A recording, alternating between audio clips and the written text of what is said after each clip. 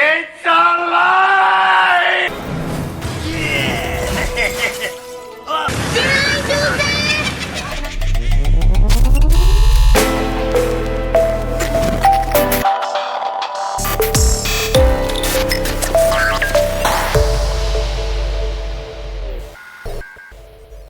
All right, welcome to the channel, Nature's Reality 360, where we bring you the reality of nature. Today is Tuesday, November 7th, and we're talking about de-extinction. Okay, a couple episodes back, we talked about extinction and some of the species that were going extinct, species on the endangered list, and the different agencies that work with that, different laws that were passed to prevent that from happening. But today we're talking about the complete opposite, de-extinction. Because did you know we may be walking around sharing the planet with woolly mammoths in the next 5 years? That's their plans for us. So let's jump right into it. I'm going to play this video in the background, but we're going to talk about it right here.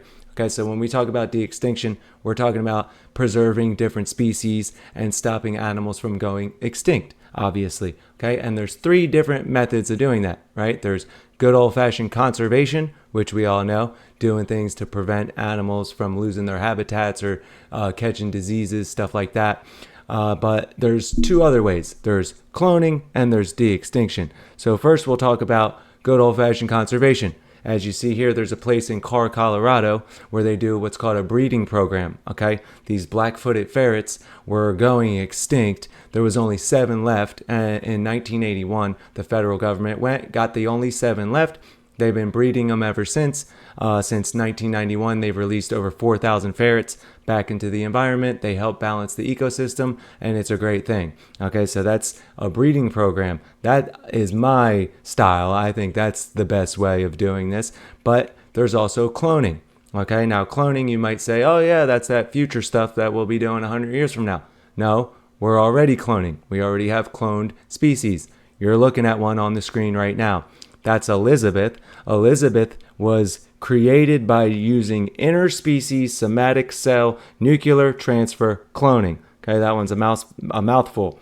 So in 2020, they cloned Elizabeth here, who is the first native North American species, the first clone that's from a native North American species. Okay, that's Elizabeth.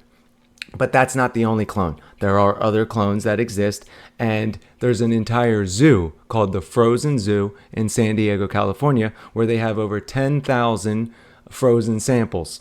Okay, they claim they can save over 1 million species through the program that they do there. For example, when they took samples from the northern white rhino, there was only 50 of them left in existence, and now there's only 2. So they argue we could help by cloning more of them, and it's actually an easier process than you might think. So let's check that out right here. We're going to watch a quick video on how easy it is to clone these things. Check it out. May come through cloning.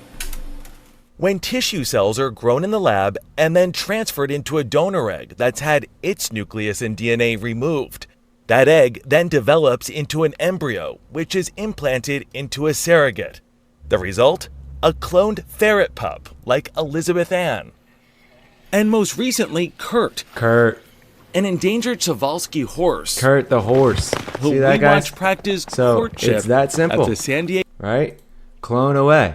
Now, the only problem is we're not God, right? And whenever we try to play God, we fail miserably. So what they found out, and I'll show you right here, is that Elizabeth can't reproduce. So although Elizabeth was cloned using perfectly fine DNA from another ferret named Wilma in the 1980s, that's where the DNA cells came from, and the ferret seemed to be perfectly fine, it wasn't.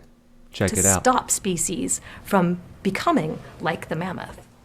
But the science may take longer than expected. It was recently discovered Elizabeth Ann is unable to reproduce. During the procedure, we discovered that unfortunately her reproductive tract had not developed completely normally.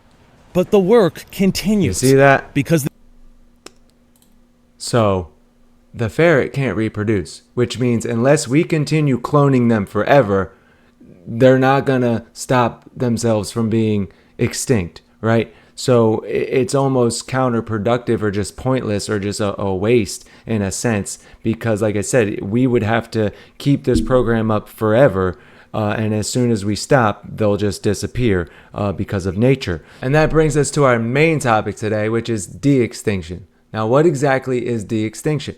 Well, de-extinction is literally the reviving of species who don't exist on the planet and haven't in millions of years. Okay, they're talking about woolly mammoths, dodo birds, things like that. Okay, and that's kind of a gray area for me. I'm iffy with that because I understand, protecting animals or bringing back animals that were eliminated by human cause, but it wasn't exactly your pickup truck that wiped out the woolly mammoths, right? It wasn't the plastic straws that wiped out the dodo birds. So what are we doing messing with these animals that nature decided shouldn't be around anymore, right? And they're admitting themselves that it's not even going to be a dodo bird. She says, oh, well, since we don't have the proper DNA of the dodo bird, we're going to make something similar to the dodo bird.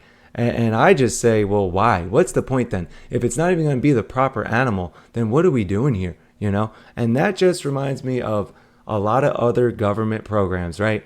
They start out with the greatest intentions. We're going to save all the animals. We're going to stop extinction. But then it quickly runs into, oh, we're wasting millions and millions of dollars on pet projects, doing things that don't serve the purpose we set out to the goal we set out to achieve. And here we are now, $250 million later, and we might get something similar to a dodo bird for whatever reason. I don't know. So let me know what you think down in the comments. Should we be reviving velociraptors or whatever? Should we be cloning animals that don't really come out right and don't serve the purpose that we said it was going to serve? Or should we just stay with the good old-fashioned conservation, which we know works, which has been proven to save species, and, the good old-fashioned way, the way I like it. So let me know what you think down in the comments. Be sure to like, share, subscribe, all that good stuff. Come back tomorrow for another fun nature news video. Check out the channel for other entertaining videos. We just posted one at the drum circle last week. Had a great time there. And we're signing out for now. We'll catch you on the next one. Nature's Reality 360. Later.